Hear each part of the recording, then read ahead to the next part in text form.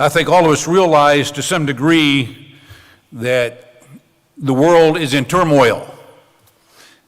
However we might use that word, how strongly we might use it, the past year and a half has been what ought to be a wake-up call for all of mankind, and yet we doubt that is so.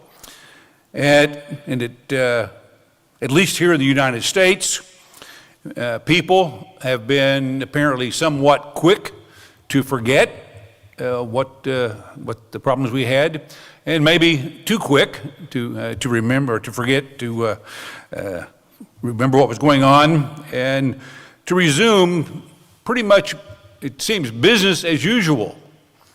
If you watch any of the sports events on TV, the stadiums are pretty much packed. I mean, I've watched parts of a couple of the games, and they talk about the stadium being full, being sold out. And the masks among those 20 to 30 or 40,000 people, very, very few of them and far between. The restaurants are busy.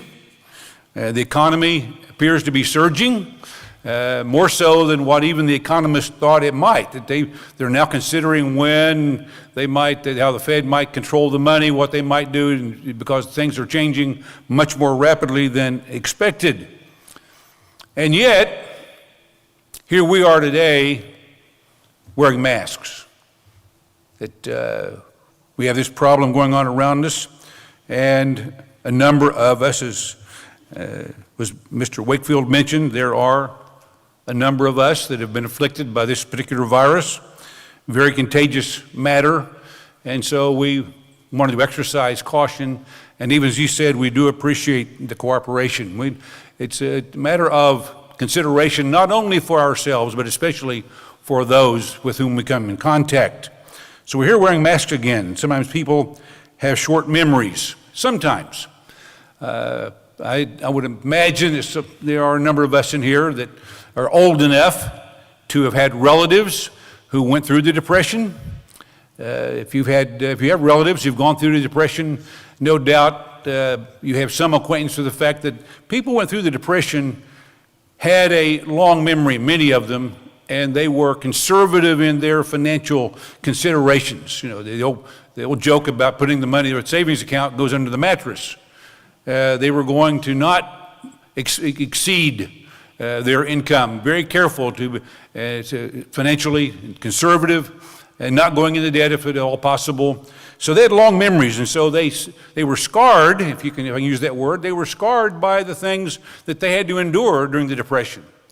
And I was not part of it, but I had brothers and sisters that were alive and talked about the sugar rationing and the things that they had to endure at the time. So there were many adults that went through that, do have long memories.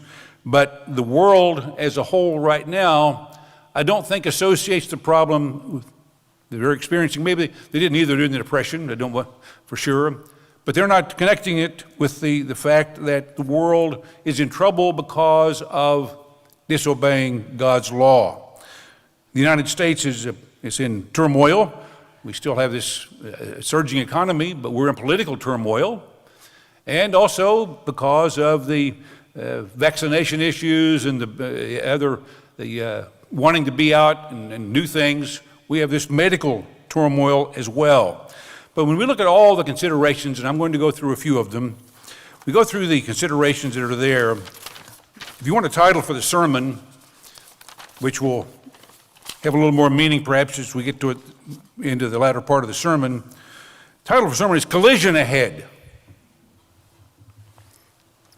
I want to review a few of the headlines and the crises, and I said a few, not all of them, but a few of the headlines and crises present in our world today, and remind us of the warnings that God gives to us about what is yet to come, so that our lives take on the proper perspective and proper activities.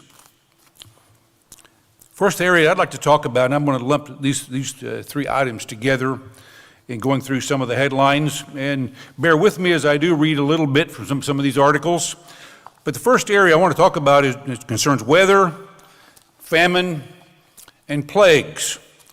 And none of these items will be new to you, but perhaps what I'm trying to do here is give enough information so that the quantity of the information makes an impact that will last beyond the afternoon, beyond the day or whatever. We understand where we are in the world at this time. Here's an article from the LA Times of June 19th. And this has to do with the drought that we're experiencing in the United States. And most of the comments I'll make here concern our country, but some of them other areas of the world. This comes from, again, the LA Times. Almost half of the United States has been in drought since the start of this year, 2021. Half the country. Compounding factors are droughts from previous years that have escalated to extreme dryness. 30% of California's population is in a drought emergency, and the nation's two biggest reservoirs on the Colorado River, Lake Powell and Lake Mead, are 2/3 empty.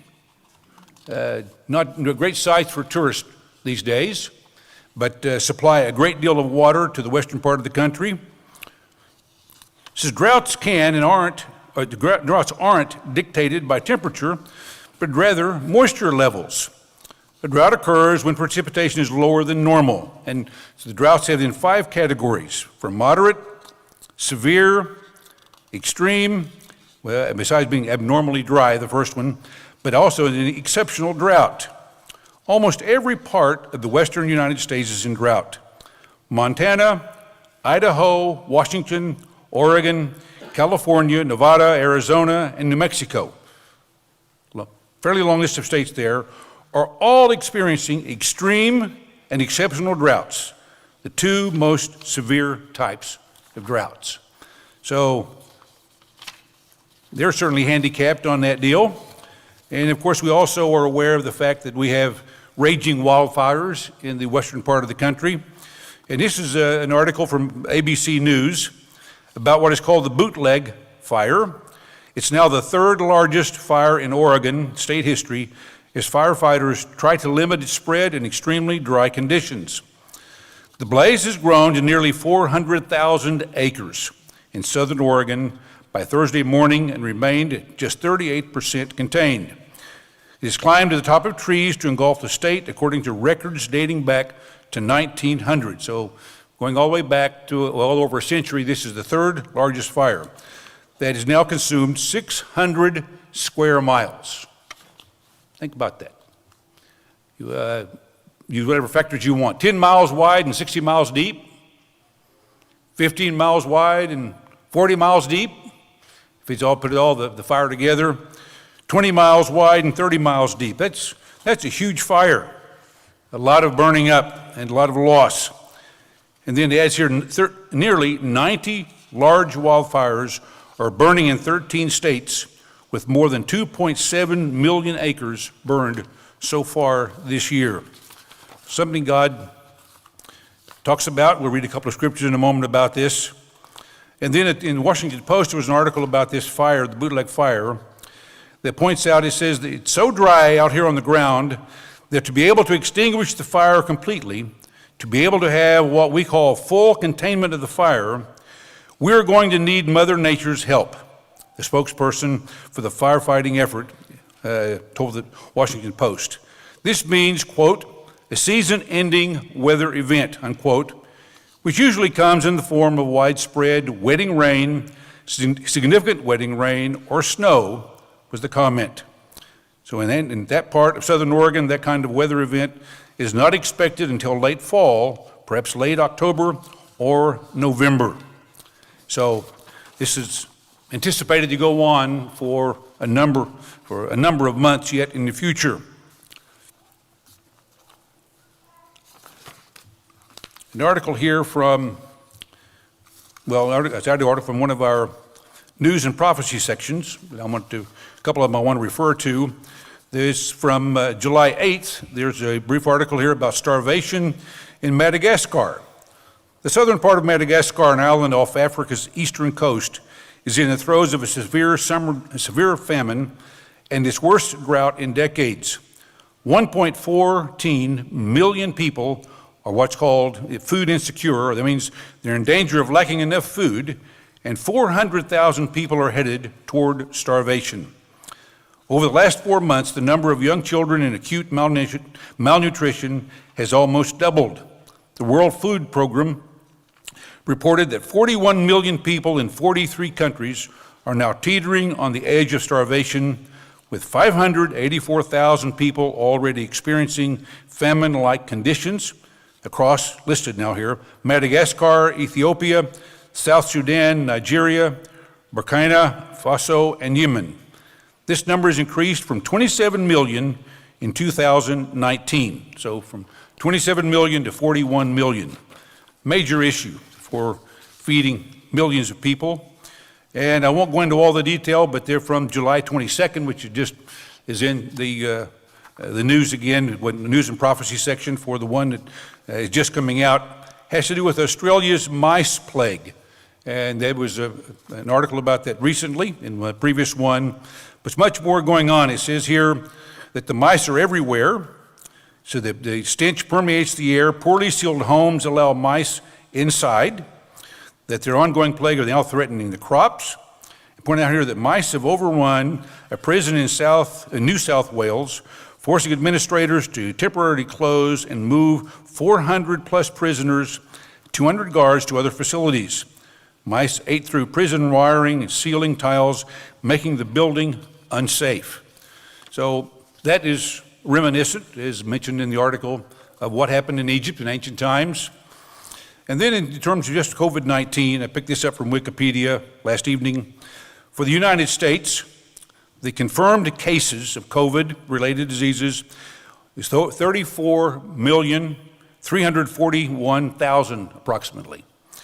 And that's up almost 59,000 recently. And in the United States, then there are 615,752 deaths. And there's been 319 updated on July 23rd. Globally, almost 193 million people have been afflicted by it, and there are now over 4,140,000 deaths due to this plague that they were experiencing. Let's turn over to Leviticus 26. Just look at a couple of scriptures related to this. Leviticus 26, verses 19 and 20.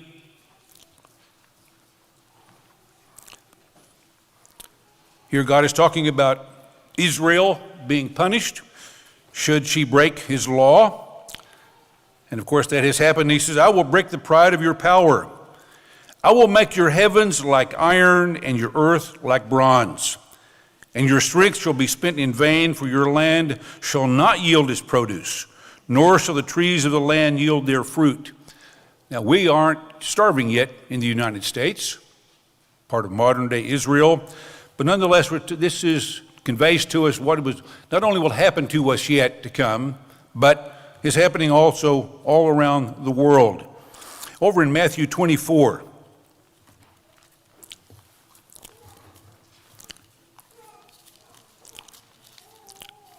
in Matthew 24,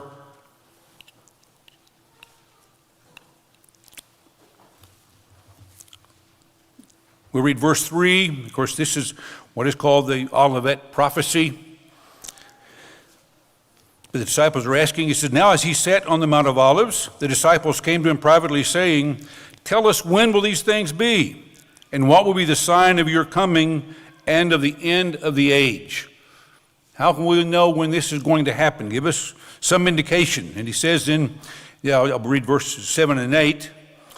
And nation shall rise against nation and kingdom against kingdom. I don't really have any section this afternoon to talk about wars and rumors of wars that will be coming. That's just one of the items not listed as far as what I will go through. But he says there will be famines, pestilences, and earthquakes in various places. It points out that then these are the beginning of sorrows. Things he's listed so far, that these is just the beginning. So perhaps that's what we're experiencing currently, is we are beginning to see this beginning of sorrows. Let's turn back to Deuteronomy 28, which is the chapter that goes along with Leviticus 26 to talk about cursings and blessings, the blessings for obedience, the curses for disobedience. But in Deuteronomy 28,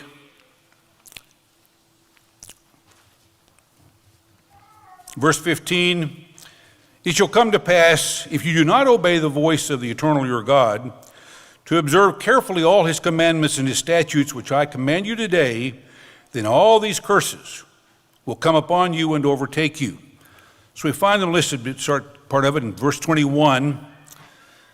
And the Eternal will make the plague cling to you until he has consumed you from the land which you are going to possess. The Lord will strike you with consumption, with fever and inflammation, with severe burning fever, with a sword, with scorching, and with the mildew, and they shall pursue you until you perish. And your heavens which are over your head shall be bronze, and the earth which is under you shall be iron. The Eternal will change the rain of your land to powder and dust. From the heaven it shall come down on you until you are destroyed. We pick it up in verse 27. Some verses here, words here in a couple of verses are, I think, of note. Verse 27, the Eternal will strike you with the boils of Egypt, with tumors, with the scab, with the itch, from which you cannot be healed. Now we have vaccines. Man endeavors to try to find a way to solve these medical problems. Points out again in verse 35. The Eternal will strike you in the knees and on the legs with severe boils, which cannot be healed, and from the sole of your foot to the top of your head. Another verse of note, verse 59 of Deuteronomy 28, said, then the Eternal will bring upon you and your descendants extraordinary plagues, great and prolonged plagues. We're coming up on clearly a little more than a year and a half of this one. Might we consider that prolonged? We thought maybe we were coming out of it, at least in our country, because of the vaccination. But God says these things that come upon us will be prolonged. They're not going to be, a man won't find a way to avoid them. Great and prolonged plagues and serious and prolonged sicknesses. The afflictions are going to be brought by God and will not have a way out. Jeremiah 46.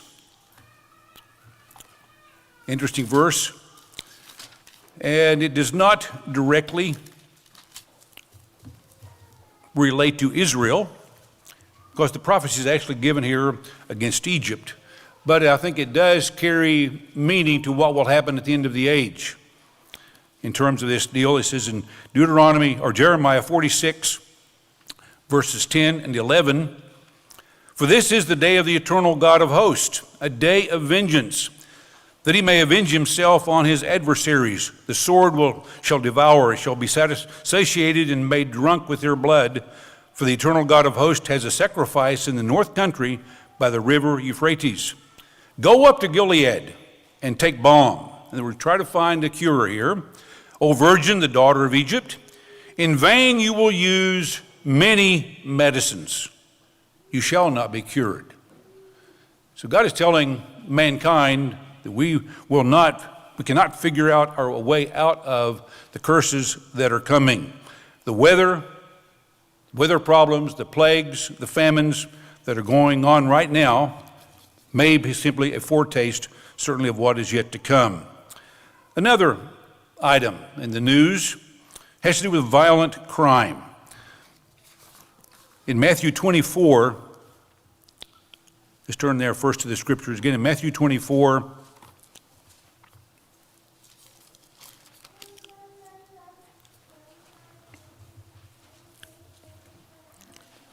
verses 37 through 39. Matthew 24, verse 37, and he's talking about the days of Noah. It says, but as the days of Noah were, so also will the coming of the Son of Man be. So what we're to experience at the end of the age draws direct comparison with what was going on in the world when God destroyed the world through the flood at the time of Noah. For as in the days before the flood, they were eating and drinking, marrying and giving in marriage, until the day that Noah entered the ark, and did not know until the flood came and took them all away. So also will the coming of the Son of Man be. That we, as human beings, are going to be endeavoring to keep life as normal as usual. We'll talk about normal a little bit later in the sermon. But we go about our business, keep living life, entertaining ourselves. And we can see that especially in the Western developed nations. The effort to entertain ourselves, and our commercials are just replete with this effort of entertaining ourselves. And it's like the mentality sometimes is life's a beach. All we need is a lot of money, we can go have fun. But that's what God says that's what it would look like. And so in terms of comparing at the end of the time of Noah, let's turn back to Genesis 6.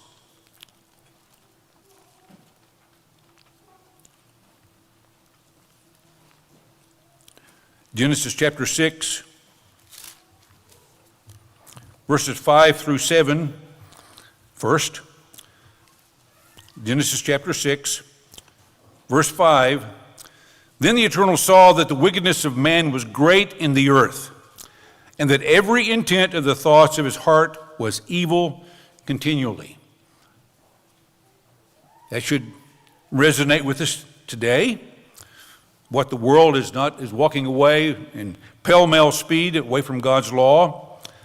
And the Eternal was sorry that he had made men on the earth, and he was grieved in his heart. So the Eternal said, I will destroy man whom I've created from the face of the earth, both man and beast, creeping thing, and birds of the air, for I'm sorry that I've made them. This is coming a time of destruction again in this age.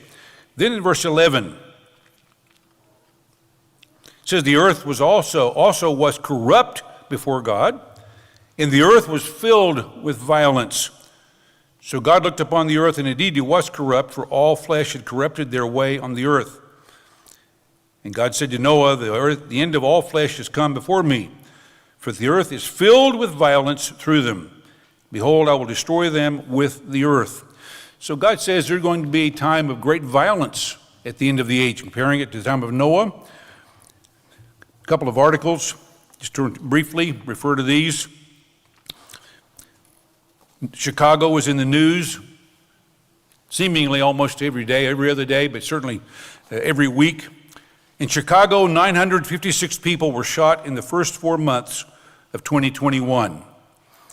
217 more than the same point in 2020, which was a record-setting year for shootings in the Illinois city. So if you do the math, that's a little over 29% increase in the number of shootings from year to year. A total of more than 4,130 people were shot in Chicago last year. And a large number. According to the Tribune, homicides are also up this year compared to 2020. So far, 185 people have been killed, 27 more than at this time last year. So violence in our major cities. Just a couple of them. Chicago. What about Atlanta? According to the table that was given here, the overall crime rate is 78% higher than the average of crimes committed in Georgia as a state. So Atlanta is a dangerous place. It is also 108% higher than the national average. When it comes to violent crimes, Atlanta, Georgia shows a crime rate that is 162% higher than Georgia average. Dangerous city. Last night on the NBC Nightly News, they made reference to something called America's Summer of Violence, because the news is so replete with these things. Pointed out in Washington, D.C., that in 2020, the murders in that city went up 19%. And so far, year to date, 2021, another 2% beyond that for year to date numbers. Large cities can be a dangerous place. As looking for a cause, one answer was the cause was COVID-based frustration, more guns, less police. With the comment, well, if we have less police, the bad guys are going to become good guys. No, the bad guys stay bad. And we suffer as a society, we suffer for that. New York City, violent robberies are up 16% in 1 month. So we live in a dangerous world. Now, you can go do the checking yourself for on the web very easily and check out cities like Philadelphia, Los Angeles, other major cities, that we find that violence is a sign of the end of the age in which we're living. Third point, talk about morality. Let's turn over to 2 Peter chapter 2.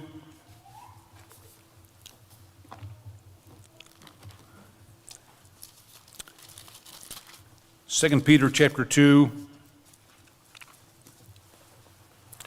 verse 6, just pointing out one of the obvious comparisons in God's Word.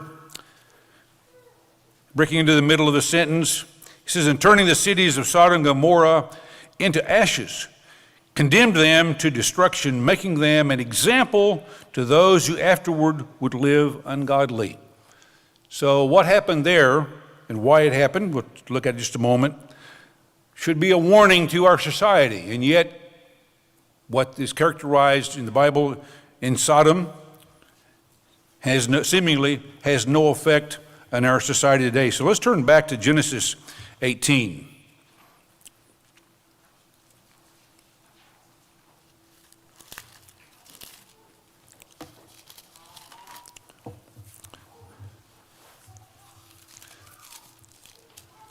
Genesis 18, verse 20.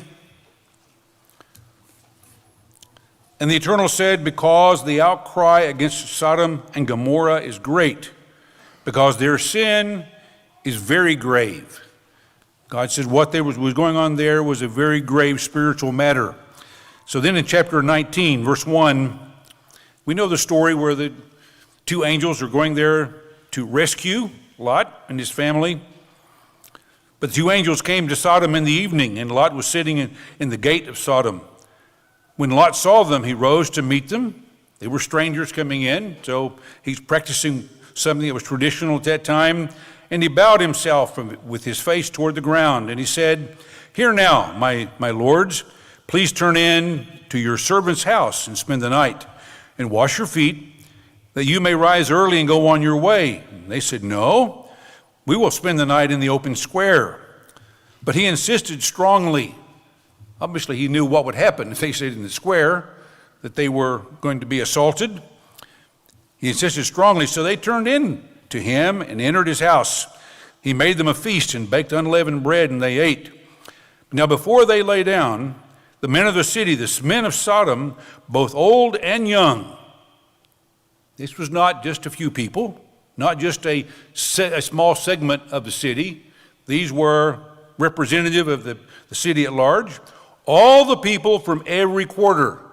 Again, very common part of the city, very well known, surrounded the house. Now, surrounded the house. I mean, they didn't want anybody to escape. They were there to get the job done, so to speak. And they called to Lot and said to him, "Where are the men who came to you tonight? Bring them out to us that we may know them carnally." We've read that many times, but it just seemed to me that it's rather amazing. There was absolutely no shame whatsoever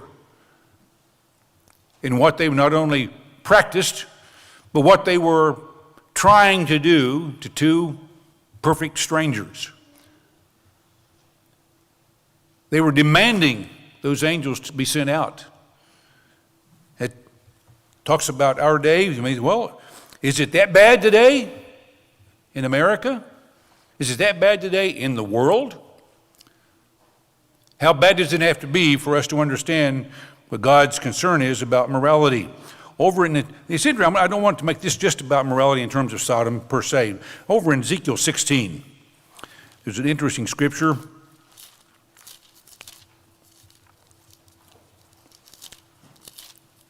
Ezekiel 16, verses 48 through 50.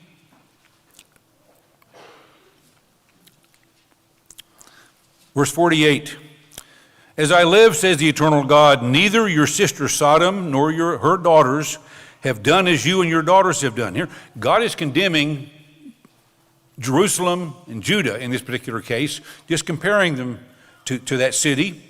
So he's saying that what they've done is actually worse than what Sodom had been. But he says, look, this was the iniquity of your sister Sodom.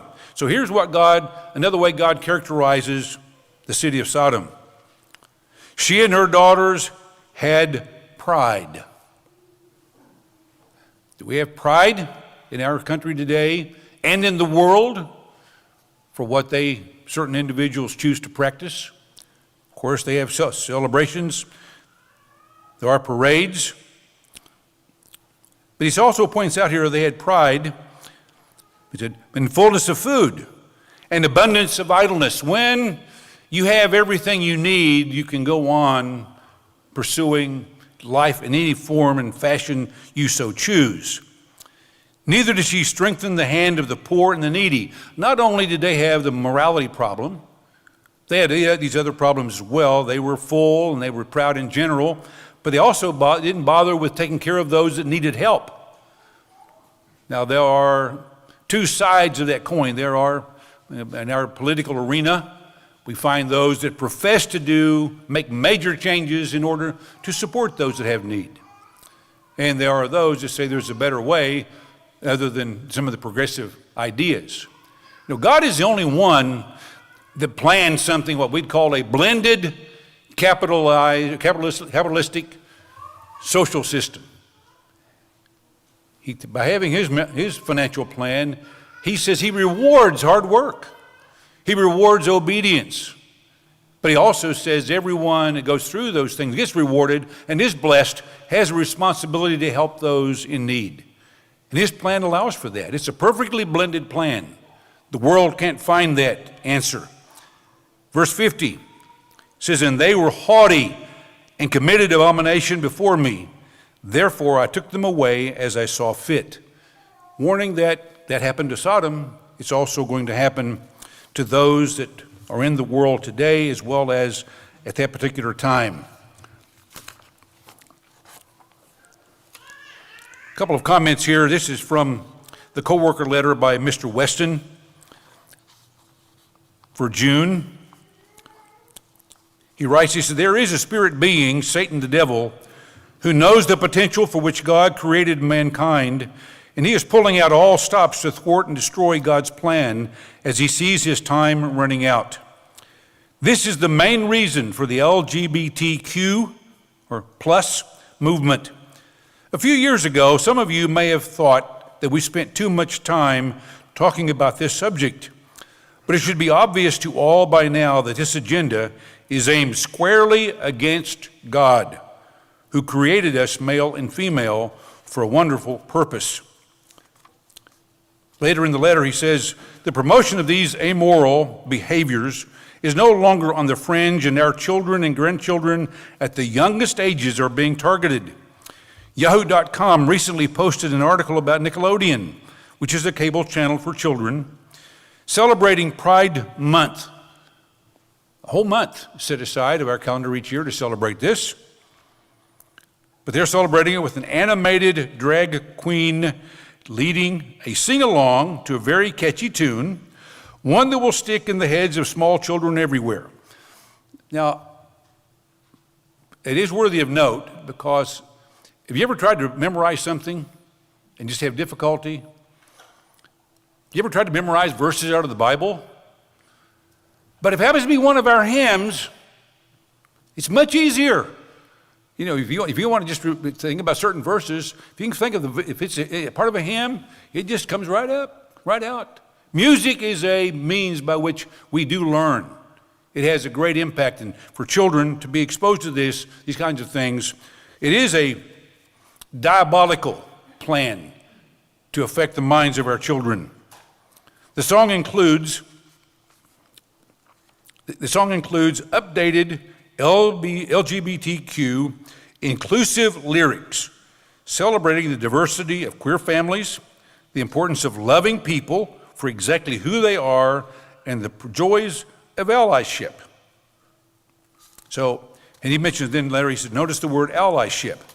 And before I get on to this, a couple of comments. He says, consider, dear friends, where our world was 5 years ago, and how it has spiraled down morally to where it is today. Then consider where we may be in 5 years. The thought is chilling. It is no coincidence that our moral decline is accompanied by the worst pandemic in 100 years, by financial troubles, severe weather upsets, by a crisis in government, and by cyber attacks demanding millions of dollars in ransom and causing massive disruptions in basic services. I'm talking about the cyber attack, and wasn't that long ago we had a cyber attack that affected our gas supply along the eastern seaboard. Those things are there. But talking about this influence, another minister sent me a link to a performance by the San Francisco Gay Men's Choir. What do you think the title was? We're coming for your children. Words like, we'll convert your children, and you won't even notice. Someone has to teach them not to hate. We're coming for your children. We'll make an ally of you yet. Those are just some of the phrases interspersed in there. That's published online on July the 8th. And what it reminded me of was watching our virtual choir. These are, there must have been anywhere from 75 to 100 men in this choir. All pictures of them all, and a couple of them leading the song. But those kinds of words, it's a warning. They're coming for our children. And our children are exposed to these things, unfortunately. And these matters obviously are prevalent in virtually all forms of entertainment today. You can hardly turn on the TV, whether it be a sports show, you still see commercials that promote this. Business conduct guidelines and major companies have this in there to make sure that these individuals are not persecuted. It's in our music, it's in our movies, TVs, and it's in our schools, and in our commercials. And God warns that this is a big problem, and it's going to be even bigger. All right, fourth point. I'll refer to this one simply as social injustice, and let that be a cover-all for the various things that are unjust in our society. Over in Deuteronomy 28,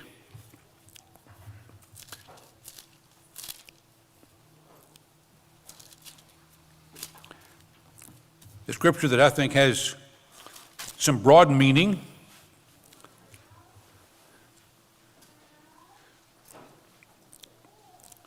I read verse 27 earlier, but here in Deuteronomy 28, verse 28, it says, the eternal Lord will strike you with madness and blindness and confusion of heart.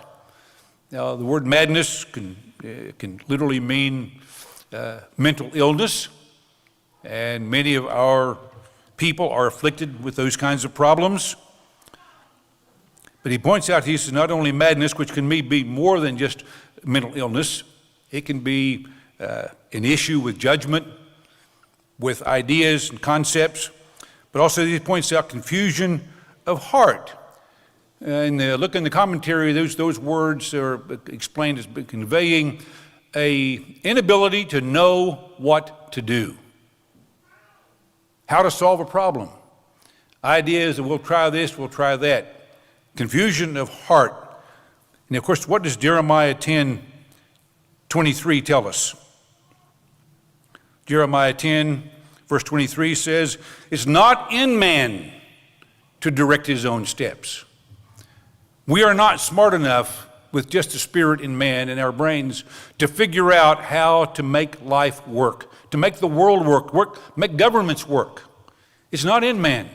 God did not give us that innate ability to solve all the problems that come with being in a physical world.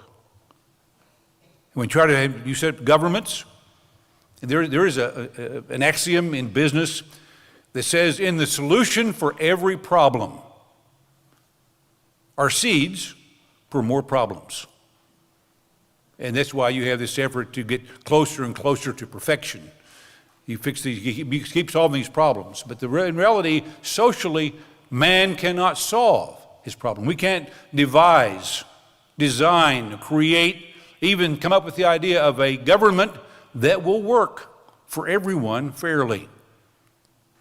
We've all heard the phrase about democracy, that it's the worst form of government, except for everything else. We think it's a great idea. And humanly speaking, there are many good fruits that have come from it, certainly compared to what exists in totalitarian type governments. But social injustice, man trying to create a utopian world. And instead of having the utopian world, we end up, this word is called dystopian world. When we let man go, man's ways go unchecked, it turns into huge problems. And when I wanted to look at that, I was trying to make sure I understood, so bear with me. The word woke. I know what it means when I woke up yesterday. I woke up this morning. But what does it mean? Because it is now a very widely used word in our society, in our government. Really, it's quite simple. Woke is a term originating in the United States that originally referred to awareness about racial prejudice and discrimination. Pretty simple. What's wrong with those words? Why do we need another word that just sort of masks what the issue is? Anyway, it's there. It subsequently, though, came to encompass an awareness of other issues of social inequality. For instance, regarding gender and sexual orientation. Since the late 2010s, so just the past decade, it's also been used as a general term for left-wing political movements and perspectives which emphasize the identity politics of people of color, LGBT people, and women. In other words, a word is used now to talk about any sort of discrimination for any segment of society that feels like they are being isolated and treated unjustly. So woke is there. The phrase, stay awoke, or stay woke, emerged in the United States in the 1930s. And I don't think that anybody here was alive in 1930s, but probably for most of us, we didn't learn about this word until the last couple of years, maybe that I'm aware of it. But the effort is that the society wants to solve all the social injustices and make everyone aware of it, and we can find a way to solve these problems.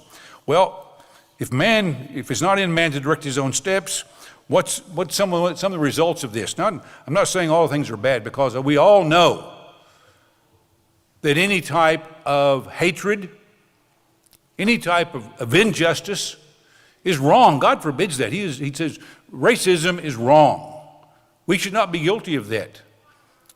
And we should not hate people for what they do. We hate the sin. We're supposed to hate what's done, not the people who do it.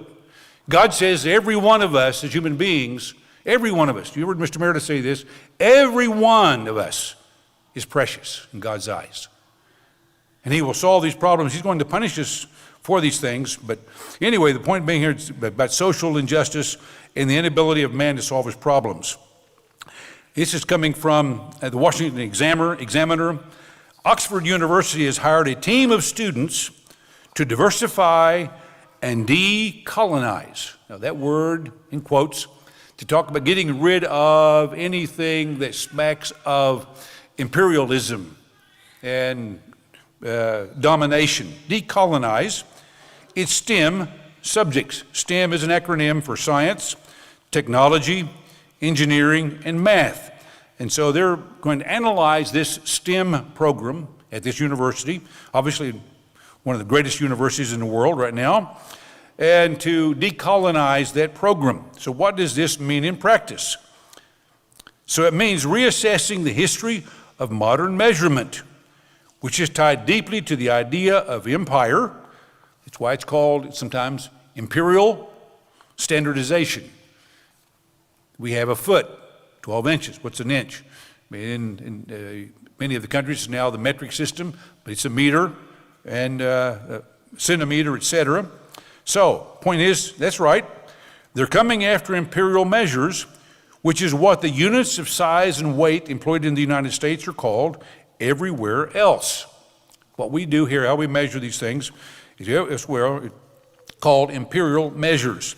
So they're saying that these things themselves are inherently either racist, or they're bigoted, or they're socially unjust. So, another point here, a state of California panel in California is looking at ways to root out what it calls white supremacy culture in the mathematics classroom. What are the identifying characteristics of the culture?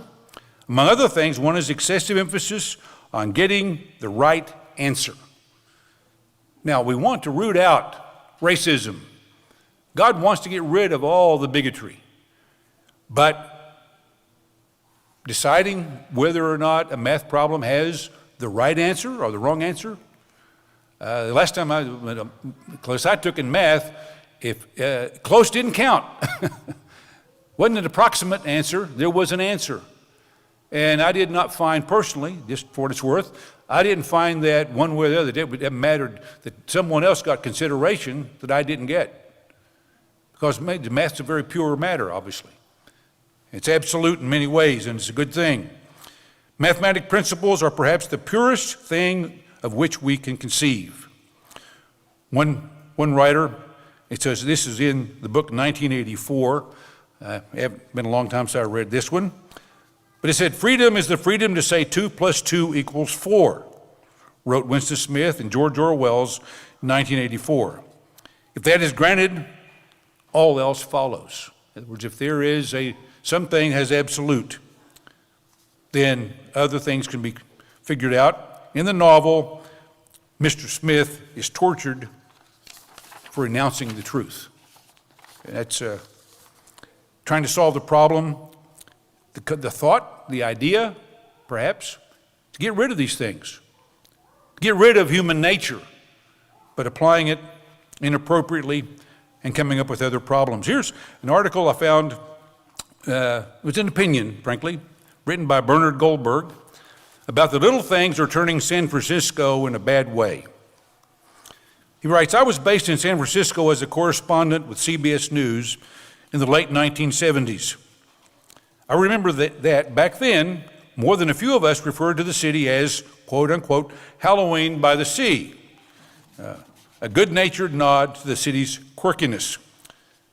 But the most beautiful city in America, as far as I was concerned at that time, but that was a long time ago. Now, San Francisco is a very dark, sad place. Not only the homeless people whose tents line the streets and sidewalks, is not only they use the sidewalks as their bathrooms, or that at times they turn violent. It's not only that the city has twice as many fatal drug overdoses as deaths attributed to the coronavirus. It's also what we used to call small stuff, relatively minor infractions such as shoplifting. Recently, I saw a video of a man who rode his bicycle into a San Francisco Walgreens drugstore, loaded up one of his large black trash bags with everything he could get his hands on, hopped back on his bike, and rode out of the store, right past a private security guard. And now, in case you're wondering, he writes, how this could happen in broad daylight, no less, on what has become a regular basis. Here's one big factor. In 2014, California's passed Proposition 47 that reclassified nonviolent theft as misdemeanors as long as the stolen goods are worth less than, he writes, wait for it, $950. So you could walk into a store and shoplift anything less than about $1,000, and you would not be prosecuted, would not be stopped in many cases. In most cases, they did not. They stopped stopping people because it would turn to a violent engagement. And even if the police came, when they checked the value of it, if it was less than $950, there was no arrest. So what is the business to do? Pretty much decriminalize shoplifting. Don't be shocked if you do that. Don't be shocked if you get more shoplifting. Thieves may have no morals, but they do have a modicum of intelligence, what we like to call street smarts. So they deliberately go in and shoplift something worth less than $950, knowing that won't be a problem. We worry about big things, we should, but little things matter too. Once the little things become tolerated, it's not long before the bigger bad things start to routinely happen as well. It takes time for societies to fall apart, to crumble. Laws matter. Order matters. If you want to know what America would look like or be like if progressives ever took over the country, just go to San Francisco and look around. But be careful. Halloween by the Sea has become a very scary place.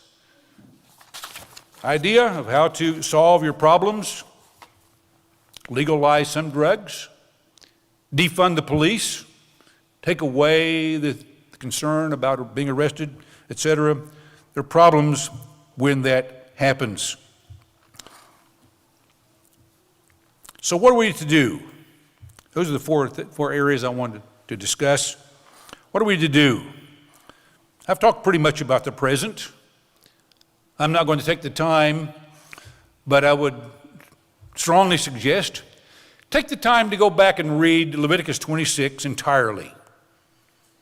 And read Deuteronomy 28 entirely. Because some of these things are mentioned. We're on the front end of. There are things to come that are not happening right now. It's going to get a lot worse. There's more to come. Again, in Matthew 24, verse 8, Christ made the point that these are the beginning of sorrows. Whether it be crime,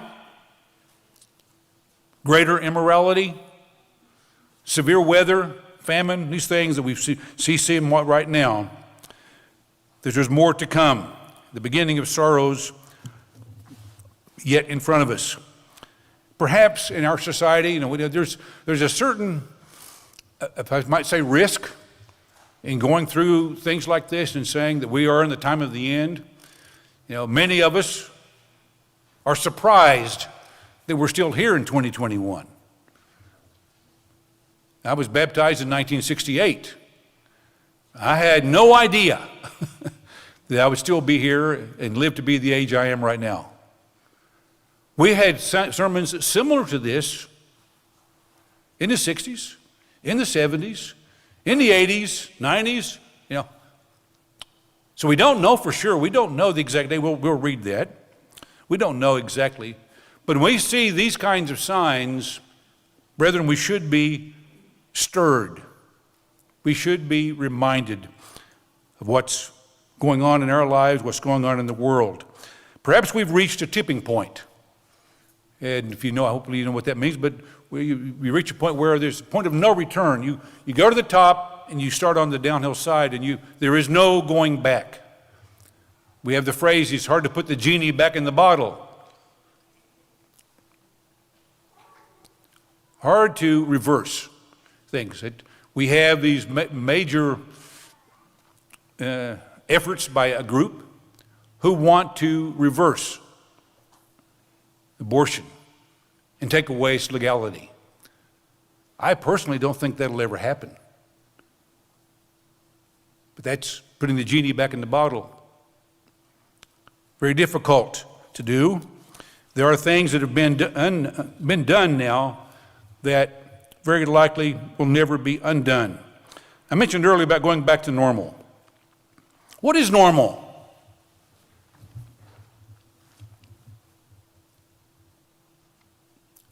Is Satan's world ever normal? Now, there's nothing wrong with, and we heard the sermon last week, from Mr. Ames, that there's nothing wrong in God's, Christ said he wants us to have an abundant life. To do things that we would use the word normal be appropriate. But going back to what it was 2 years ago, that was still Satan's world. We don't want to go back to a different model of Satan's world. And I don't think Satan is going to relent on this matter. We know that. What's ahead of us is just more of the same of what we've seen in the last 2 or 3 decades.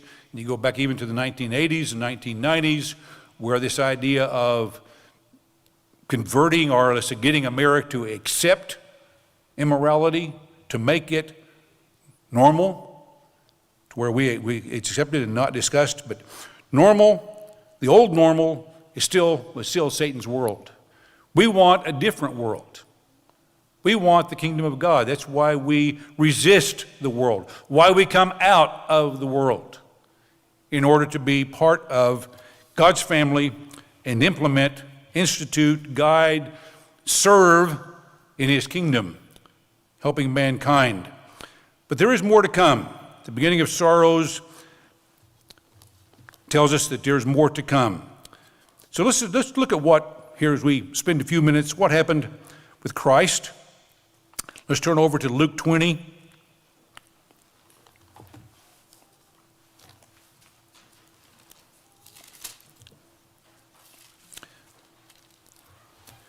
If we want to think about normal being a few years ago or 3 or 4 years ago, and this is the new normal that we are experiencing today, maybe another phrase we have would be fairly common is, this is normal on steroids. Difficult time. But Luke chapter 20, verses 19 and 20. What happened to Christ? Verse 19, and the chief priest and the scribes that very hour sought to lay hands on him, to somehow grab him, but they feared the people, for they knew he had spoken this parable against them. So what he had spoken in the previous verses, it was condemning them, and they would like to have found a forceful way of getting at him, but they were afraid to do so. So they watched him and sent spies who pretended to be righteous, that they might seize on his words in order to deliver him to the power and the authority of the governor. So they sought to trick Christ, to catch him in some sort of phrase that would be, by which he could be condemned civilly and politically to those who are in charge. Over in Mark chapter 12,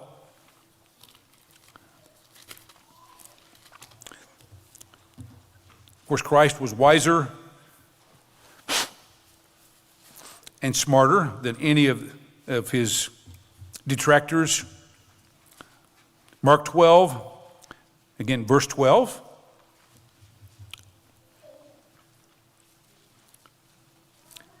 Just a similar account. They sought to lay hands on him. They feared the multitude. He had spoken the parable against them. But they left him and went away. Then they sent to him some of the Pharisees and the Herodians to catch him in his words. They just kept trying. And it does appear from the accounts that you go through the Gospels that somehow or other the Pharisees, the Sadducees, the Herodians, the priests, the spiritual leaders of Judah at that time, Judea, they had apparently must have had a small army of followers to go out and follow Christ, to always listen to what he was saying and try to find a reason that they could get at him spiritually or otherwise. So one thing leads to another. And of course, in laying hands on him, that may be a nice way of what we find over in John chapter 5.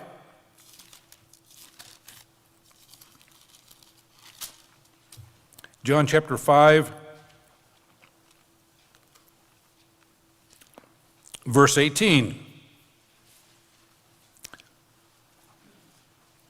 Verse 18, therefore, the Jews sought all the more to kill him. This was part of their motivation. This had become an obsession with them to get rid of this man who was criticizing them, taking away their followers. They sought all the more to kill him because he not only broke the Sabbath, but he also said that God was his father, making himself equal with God. They thought that was blasphemy, and they maybe thought it was justified to do this based on their misunderstanding of God's word. But they sought to kill him. It was their effort. In John chapter 15,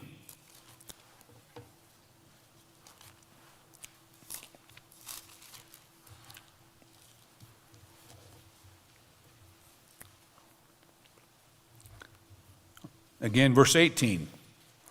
John 15, verse 18. He now gets personal. Because he says here, if the world hates you, you know that it hated me before it hated you. So they sought to kill Christ. They literally hated him and felt justified in trying to kill him. And I'm sure felt justified in finally succeeding when it was finally allowed and part of God's plan. Christ was hated. And this verse tells us that if we follow Christ, you and I are going to be hated. Now, I don't think anybody really enjoys being hated. There are some that don't care. I mean, those that want to be in power, those that want to have influence, they really don't care. Certain people hate them as long as they get their way. But for those of us here, I just have to believe that we don't really want anyone to hate us. But there are going to be people who will hate you and me. We're in the beginning of sorrows, some of these things. We didn't even discuss, as I mentioned earlier, not even discuss the rumors of wars and what's going on in various parts of the world. The war in Syria has been going on for years. How long were we in Afghanistan? Almost 2 decades. And that was after the Russians tried it for 10 years. They finally figured out it didn't work. I say Russians, Soviet Union at the time. They withdrew, and now we're withdrawing, and there are probably some others who would want to fill that vacuum for whatever reason. Lots of problems, beginning of sorrows that are out there. We didn't even discuss that major element. That was on purpose. But the beginning of sorrows tells us that at some point, you and I are going to be resented greatly. Luke 21.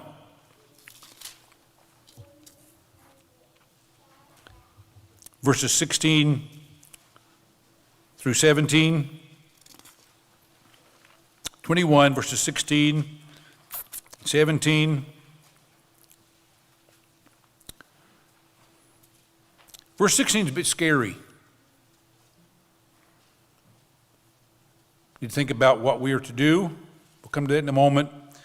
But you will be betrayed even by parents and brothers, relatives and friends, and they will put some of you to death. Verse 17, and you will be hated by all for my name's sake. To be labeled a Christian, we would be abhorred by everyone. That's a pretty intimidating thought. The beginning of sorrows will lead to this. Verses 16 and 17. What are we to do? I want to read from some articles, and actually these are a couple of letters in an article from Mr. Ames and Mr. Weston. Frankly, they say it better than I could dream up the words.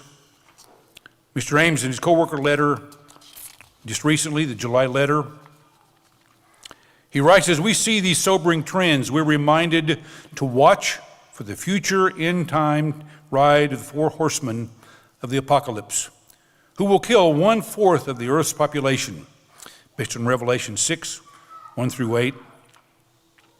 We must be prepared for prophetic events leading up to the Great Tribulation that will suddenly shock the Western world. Be sure to read Mr. Weston's Tomorrow's World magazine article, Then Comes Sudden Destruction. Brethren, we must never let down our alertness and watchfulness in these end times. We must always remember Christ's words, take heed to yourself. And he mentions the verse. I'll turn there in a few minutes. But he mentions here we should read Mr. Weston's article. So I printed it off. I'll read part of it.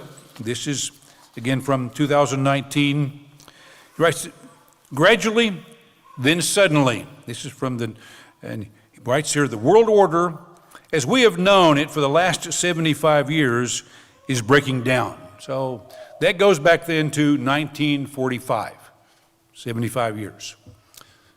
Goes back to the end of World War II.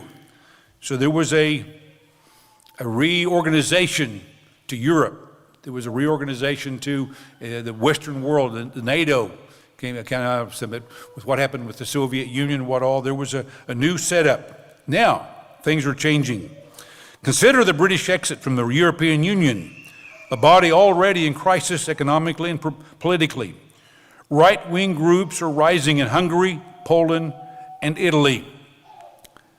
Then later in the article, he puts a paragraph below, he goes, the end of this age will come suddenly, and for most, unexpectedly. God willing, won't be part of that.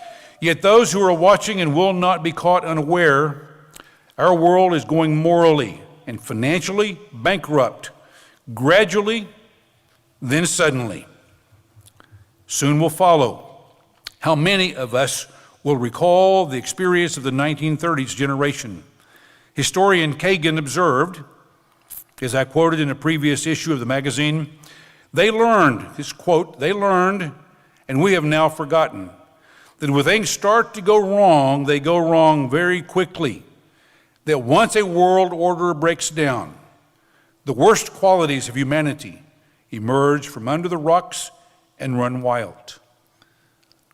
And I've mentioned more than once, I think, in speaking that one of the most stirring books I've ever read is The Rise and Fall of the Third Reich.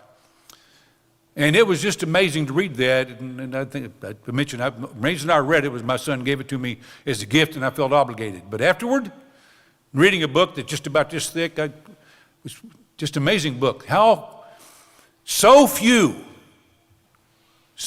people could scream loud enough and threaten loud enough to literally change an entire country and eventually an entire continent and devastate millions of people and bring the world into a world war. All started with a relatively few people, the Nazi Party. So when the world order starts to break down, bad things are not far behind. And Mr. Wakefield, at my request, he didn't read all of Mr. Weston's greetings today in the world ahead, because I wanted to read this paragraph. It's truly remarkable how so many threads are coming together to present a picture leading to the end time and affecting some of our brethren here in the United States, South Africa, and elsewhere. Leviticus 26 points out that when we come to despise God's commandments, terror or terrorism will follow, and following that would be wasting disease. The scourge of COVID has not gone away. And then it says in Leviticus that we will sow our seed in vain, for our enemies shall eat it. Mr. Gene Hilgenberg reported that there are shortages of food supplies as he was having trouble getting some basic products for the camp. We see the western United States and Canada experiencing extreme drought conditions and high temperatures never before seen. Serious floods have ravaged parts of Europe and China. South Africa, countries in the Middle East, and parts of Asia are facing internal turmoil. See below for news about the situation in Haiti, which Mr. Wakefield referred to it. We are now in a cyber war with many bad actors disrupting basic services, such as water treatment plants. The big picture shows that this world is entering a time of trouble. Now is no time to sleep. While we pray for God's kingdom to come, we need to realize that very difficult times are ahead. So what are we to do? Let's turn over to Mark 13. Mark 13,